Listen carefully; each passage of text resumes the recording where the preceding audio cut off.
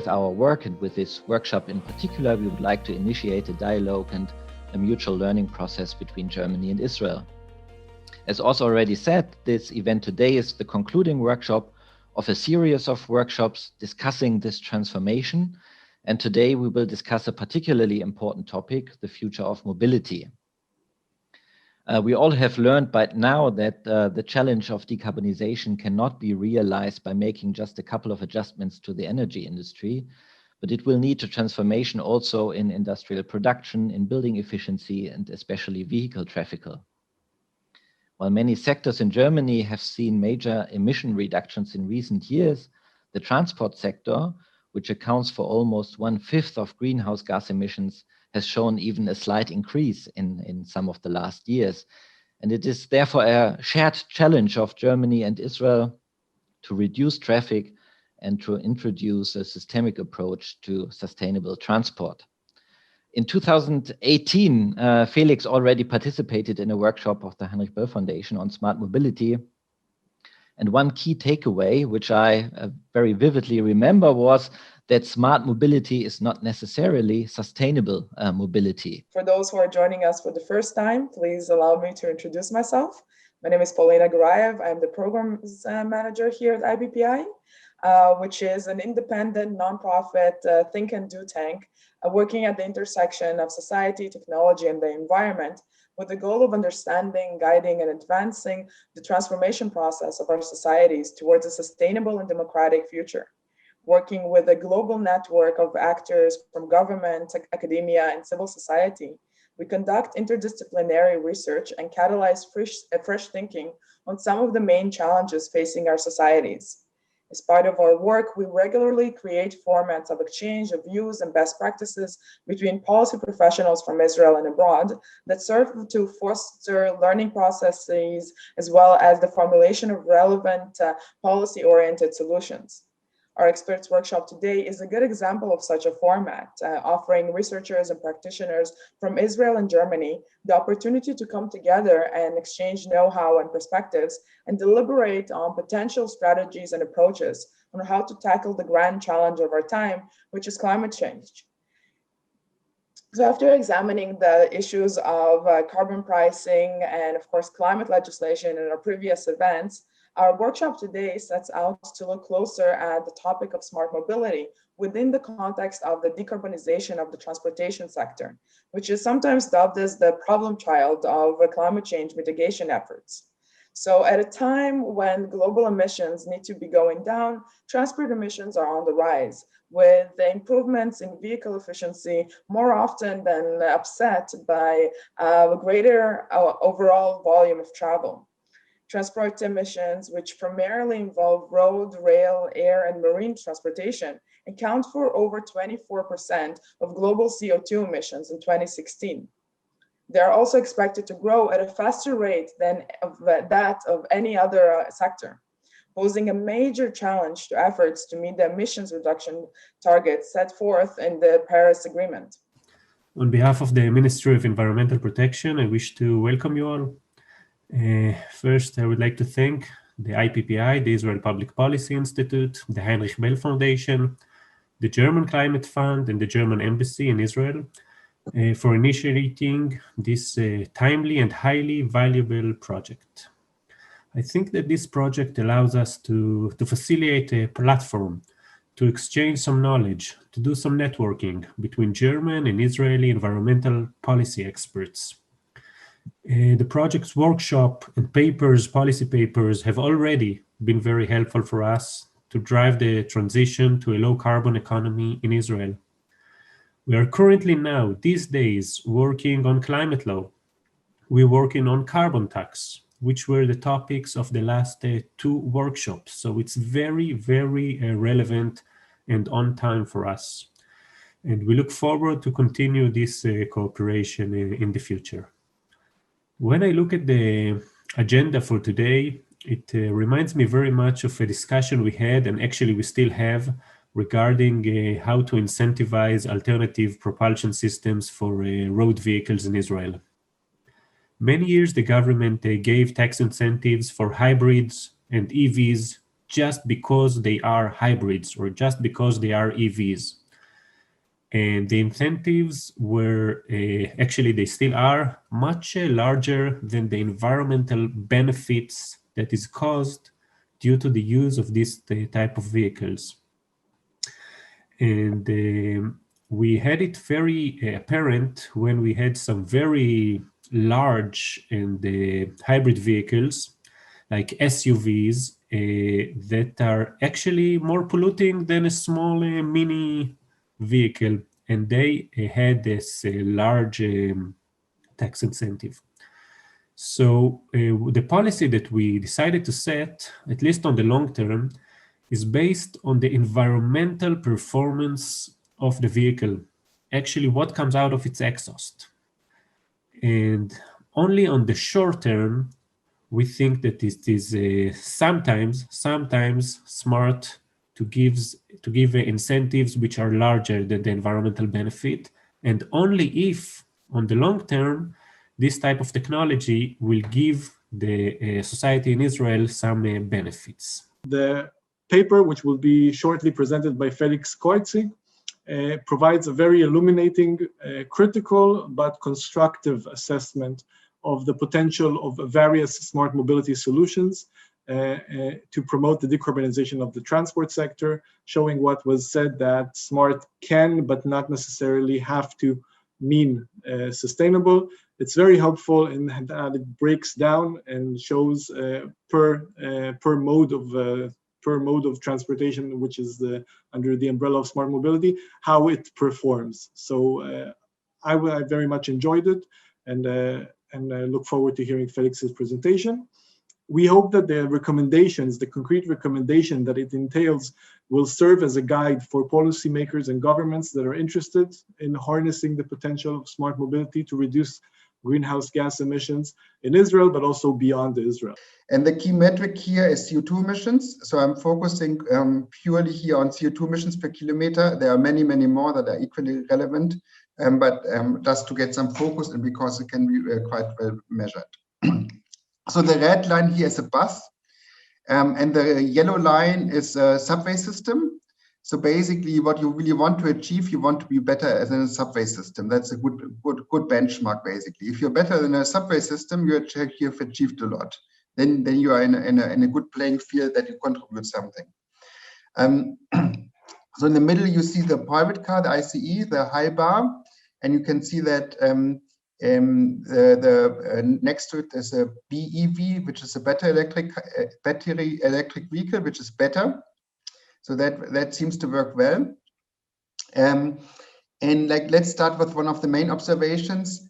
If you see that there are 3 different colors, the dark green and then the olive green and the blue. And the dark green is when there's only 1 passenger, and the blue one is when there are 4 passengers. And because here the measurement is greenhouse gas emissions per passenger, you can see that higher occupancy, like if there are more people inside the vehicle, that makes a huge difference. So even a very conventional car, if you have four people inside, it's better than a subway. Then there's another point. You can see that the ride sourcing appears to be slightly better than the private car. However, there's on the top right, there's a star, it's called dead heading.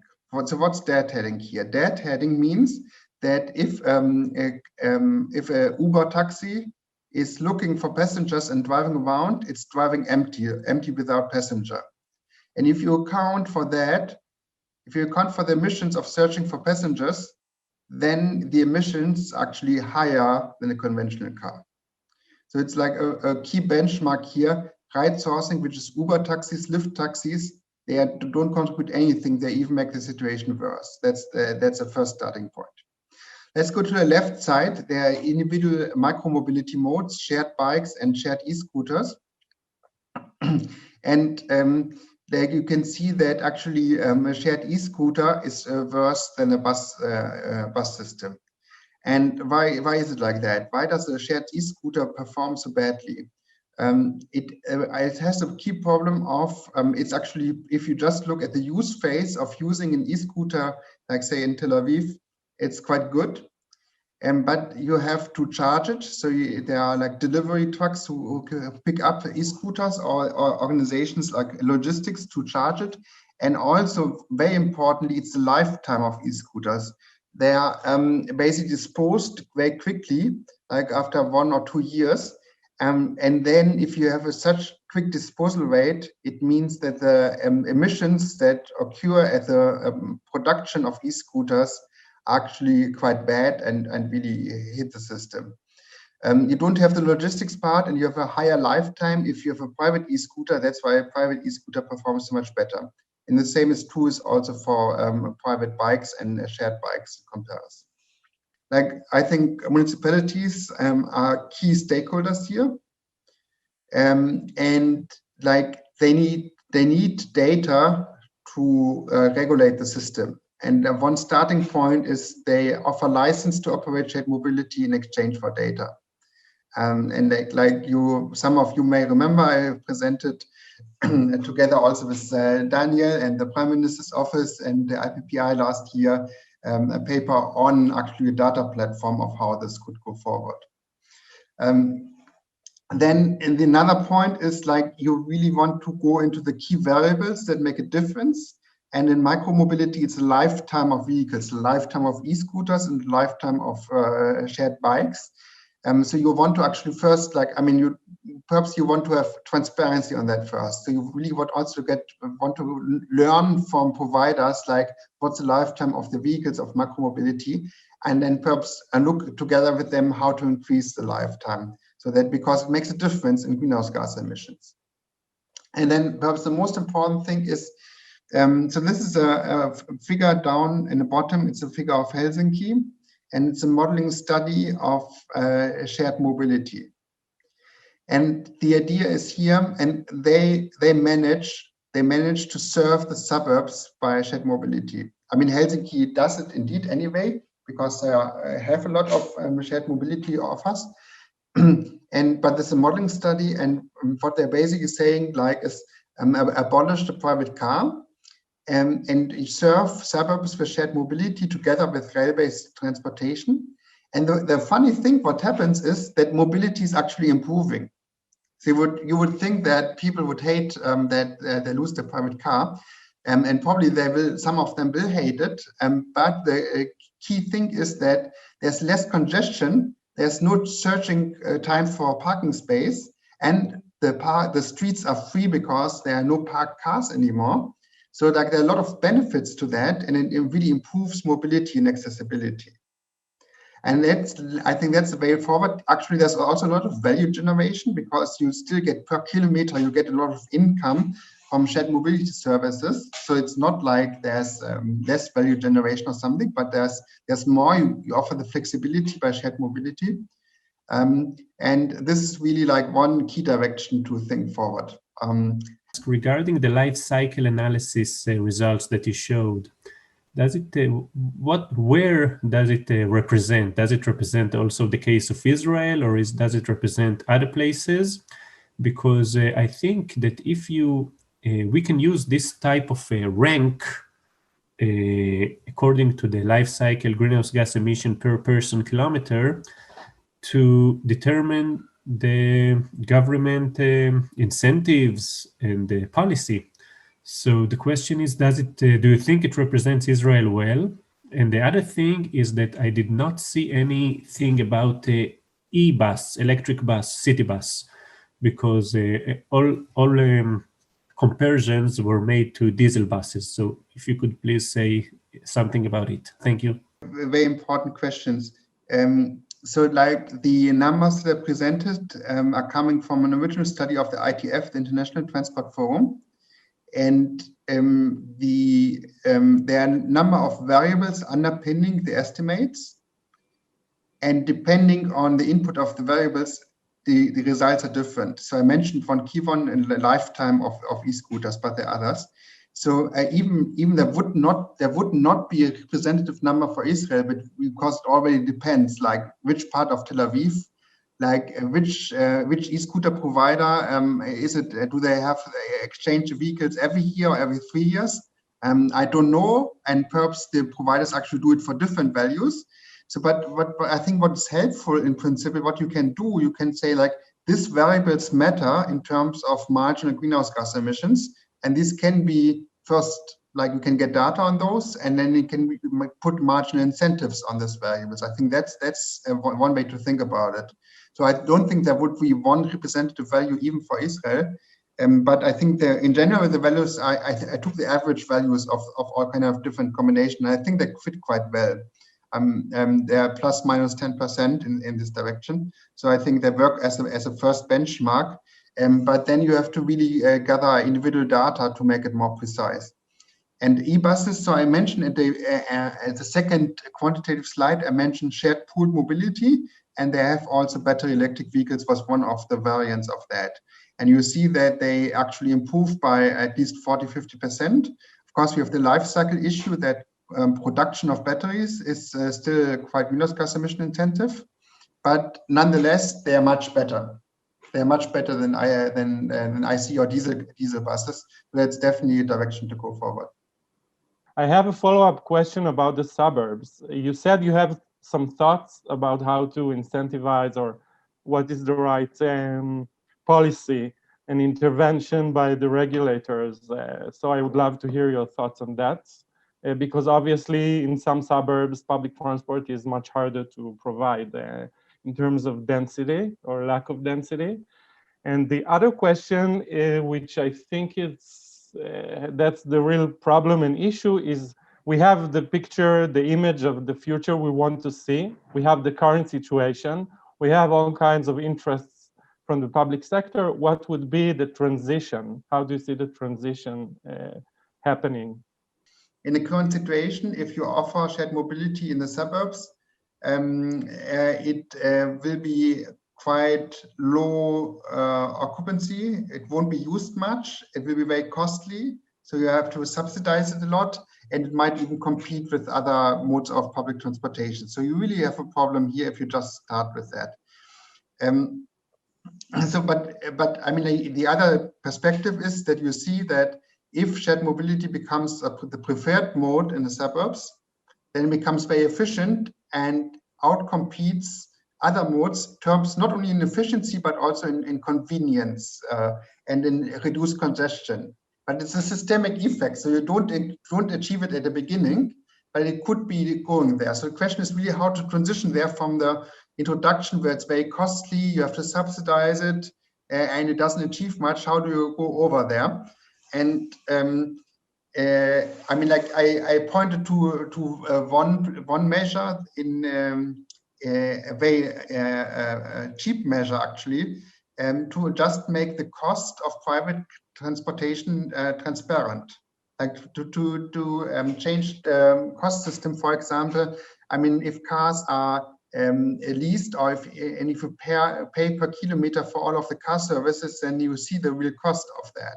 So like increasing cost transparency on car use would of course already help to incentivize the shift to other modes of transportation that are cheaper.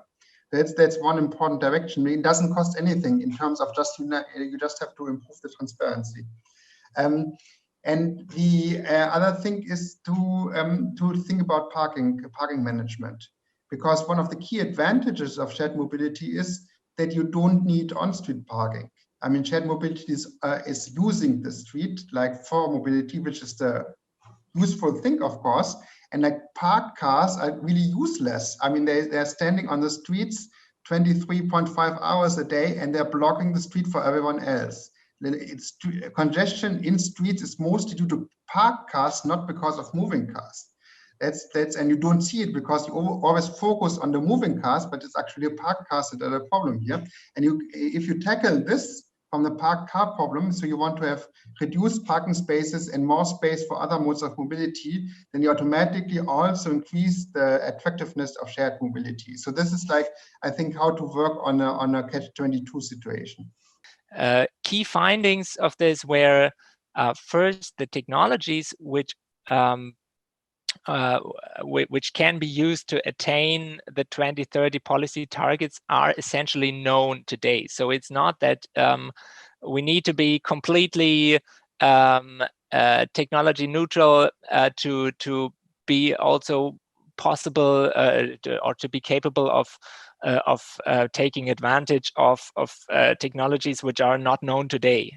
This is very unlikely. So it's mainly known what we will need, and depending on the exact area of application, it may be known to a different extent. For example, for the segment of the passenger cars, it's quite obvious that in 2030 we will reach much of our target with the battery electric drivetrain, and that, for example, hydrogen passenger vehicles will definitely play a minor role. They might play a role, but they will play a minor role, and policy should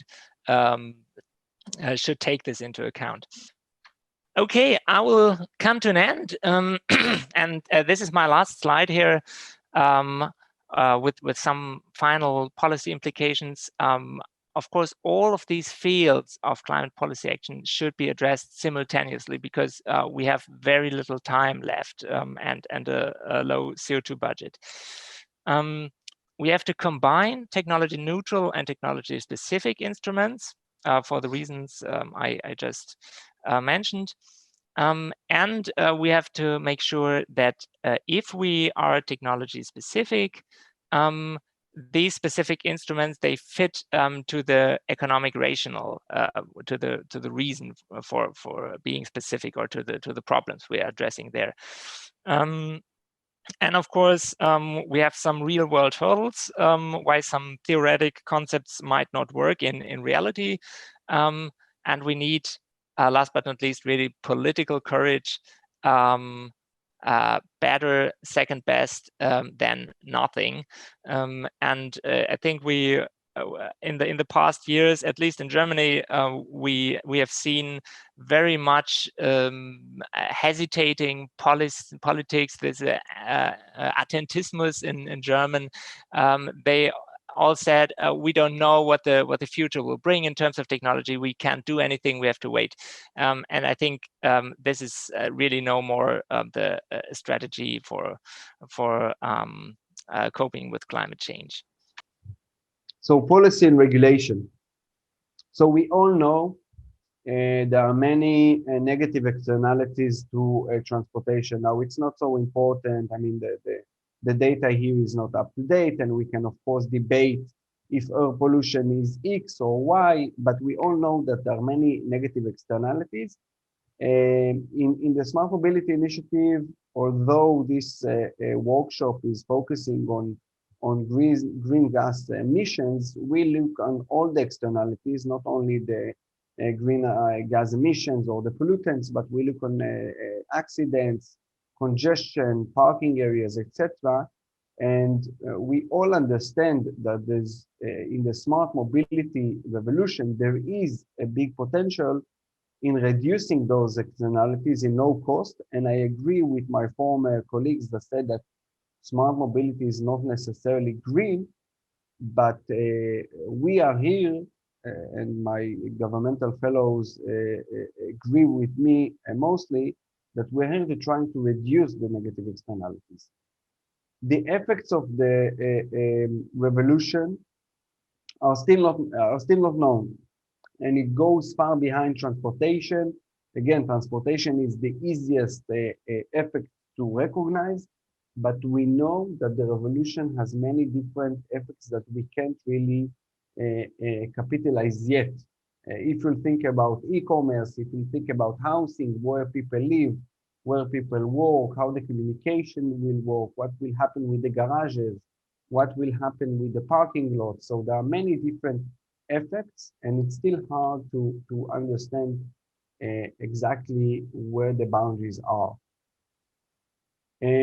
Challenges in implementation, and again, it's I mean the main key point here is to understand that it's still a very emerging technology.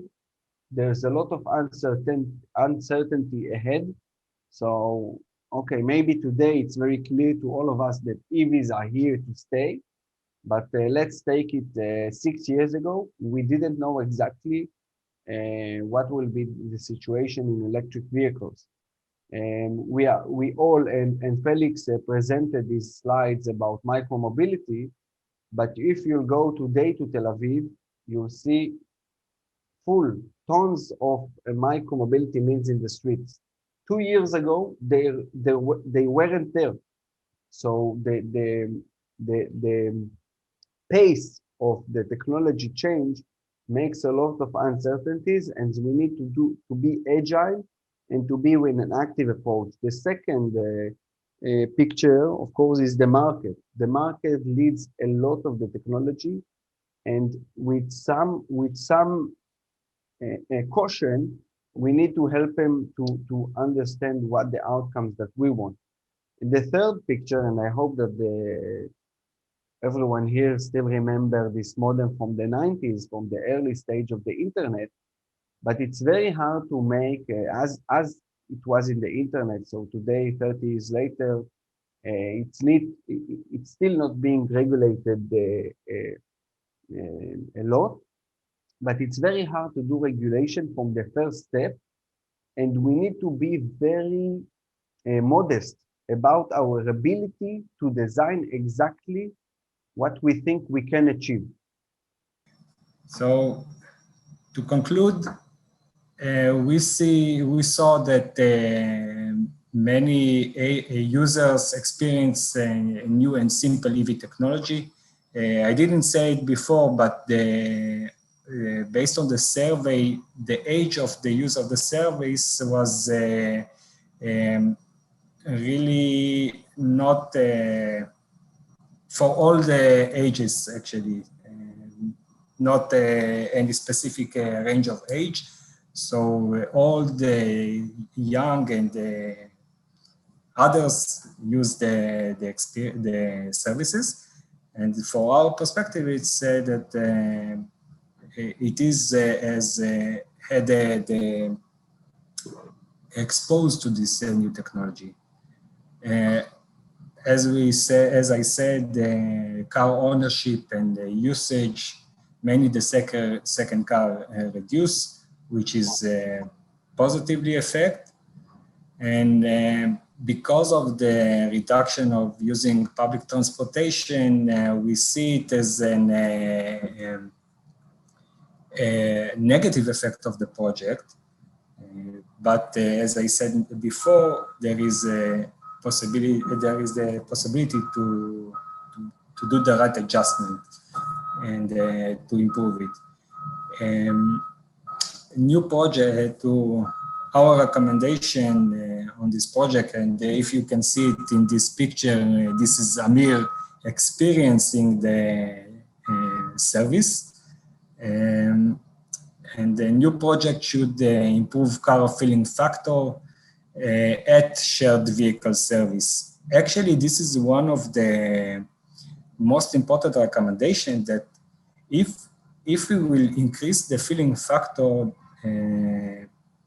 the service, in our opinion, will be much more effective, and it can serve many people more. And as we said, it can be complementary to the public transportation. But we see it as a big for our future project, and we need to consider it, of course, but the filling factor is important. And many passengers in this car will be very effective in our perspective.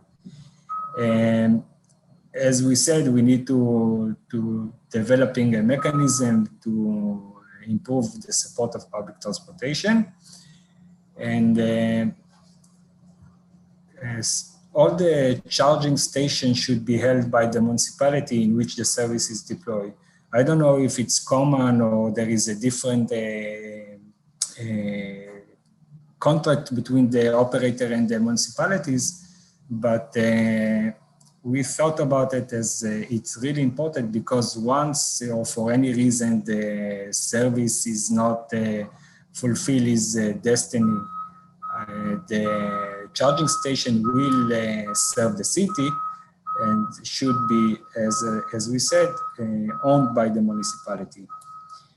And this is something that we learned in the end of the project or in the middle of the project, that the data that those operators collected in the municipalities, the raw data, the algorithm that collect all the data should be a public, free to public access. But because we didn't were responsible between the contract between the municipality and the operator, we didn't ask for this information. However, we did come across with researchers that said, I have an algorithm that I want to develop. I'm from the university. It will be for the benefits of all, and I agree. However, we didn't have the chance, or we didn't have the ability to provide him or them the raw data. And this is a big recommendation that in any project, regardless if it will be transportation or so, but any collecting data technology that you are going to implement by using public money, the data should be served and free for access to all whom ask to use it for his purposes. So the project was founded by Keren Kayemet Israel. Just a suggestion, then you could have tested the to incentivize the first and last mile, because you wanted to complete public transportation. Maybe this is the place to interfere the cost. Or I just want to add something about the incentive. Netanya, in the Netanya municipality, at the months of July and August 2019, the operator have subsidized 100 shekel per user to use the car. Maybe I can show you in the presentation if we have still time. If not, but you can see a spike. I didn't enter this graph, but we did saw a spike on usage time from 60 minutes to 110 minutes per car a day. The usage was still, the ride duration was still 20 minutes. However, the time that the used car was increased. We did saw it, but however, 100 shekels every month that give us a subsidize. I don't know if there is the right business model that can support it at this moment. So I'll try to focus on three programs, pilots that we have, or three projects that we have in this day. So first of them, it's not what we usually call smart mobility, but it's the base infrastructure to enable it. We are transforming all our road street lights into new lights, which will be LED.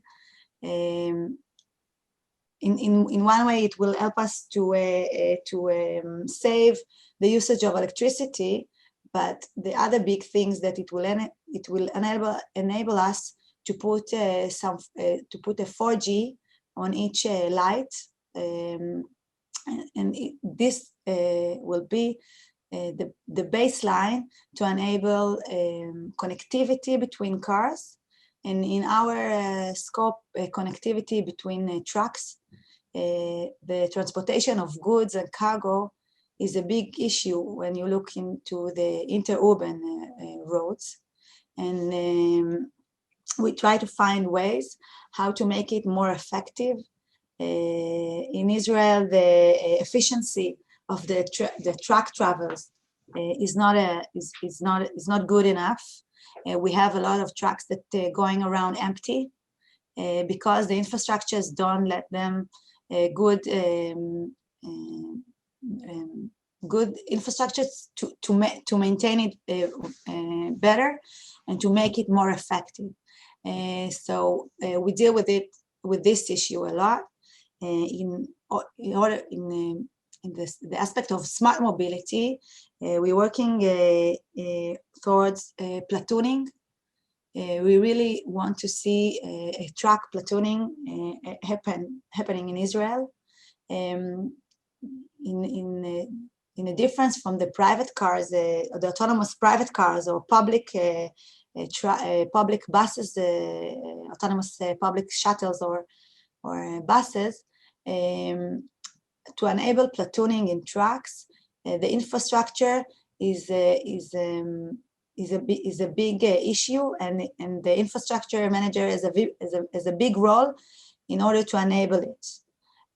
We are now far ahead of the European in this area, and in the US is also they are also more advanced than us, and we're trying to close this gap in order to see platooning cars in Israel, mainly in the southern and northern roads. It will be better in aspects of environment. It will be better in aspects of safety, of road safety. Trucks are a part of a lot of car accidents in Israel, and it's a big issue that we're dealing with. Another topic that we have on our table in an aspect of how to help the environment issues is how we use our huge land areas in order to produce energy using clean and renewable energies. How can we use our interchanges land or a side of the road lands in order to use to put the solar system or wind turbines to help Israel to get to their aims in renewable energies. And another thing that I think you will be interested in this discussion is how can we use more recycled materials inside the roads infrastructure. How can we do a circular economy? We have a lot of roads that we need to renewable once in a time, and we need to make it more effective using this recycled sources. I would be interested. I think you were not here yet when we had our first presentation, but the first presentation focused on the gap between smart mobility and sustainable mobility, that innovative infrastructure, innovative technologies for transport do not necessarily lead to sustainable outcomes. And when you're talking about the future, about laying infrastructure for more efficient and more effective transport, what are your parameters that goods and people move faster from point A to point B, that it's more convenient? How do you think about it? You cannot speak about goods and person in the same. It's not the same aim. If you talk about the people who will use the system, it should be more convenient, more safe. This is how you measure if you are doing well in this area. In goods, it's mainly more effective. Effective, it means that the less empty runs, less time standing on congestion. Trucks standing on congestion, it's bad for the environment and it's bad for the economy. So you need to handle it, not because it's not convenient for the driver to stand there, but you need to handle it because the goods that he's bringing to the shop is cost more because he stand there.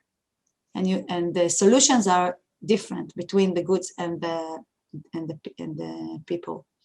So we look in these two different glasses, as I said. We talked about it. Maybe I will just throw it in the round, as I understand that there is quite a consensus in Israel. But one of the benefits of this international dialogue is that you can see the particularities of Israel. What are the advantages of Israel? What are the disadvantages? And you can juxtapose it with different places. In Germany, one of the big problems that are like one of the main barriers to reduce the emissions, the greenhouse gas emissions in the transport sector, is a very, very robust and powerful, influential automotive industry. No need to go like Daimler and BMW and Volkswagen, like all of these automotive giants that are just invested, and the whole country is invested in private vehicles. But Israel doesn't have such an industry. Israel is much smaller. Hila said about going to Yerucham to her family, but if we look at the massive scale, like the majority of the people. Because I think the main issue, like you mentioned, is that everyone is really talking about creating alternatives and investing more maybe in public transport and other modes and technologies, but actually talking about how to reduce parking and how to, reduce lanes also for private vehicles, and how to give the local authorities the power and also the tools and maybe also the mandatory obligation to do it is not really the focus on the conversation, and that's why all the predictions are not optimistic. And again, you should reduce parking and reduce lanes in order that the bus will be better solution than the private car while going to the center of Tel Aviv.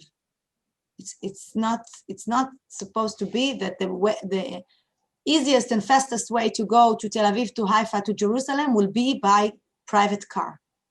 Yeah. I think and this is what Nir Sharav is mainly focused on.